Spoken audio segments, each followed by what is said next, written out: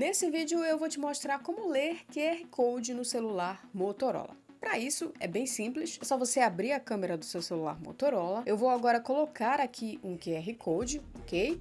Que por sinal é a minha chave Pix, então se você já quiser aproveitar e mandar aí um Pix de qualquer valor para ajudar o nosso trabalho, será bem-vindo. Como você viu, a gente abriu a câmera, apontou a câmera para o QR Code, ele já leu o QR Code, vai aparecer esse símbolo amarelo bem aqui embaixo da câmera, a gente vai clicar nele e aí no caso, né, aqui é uma chave Pix, então eu posso copiar, colar lá no meu banco, fazer a transferência.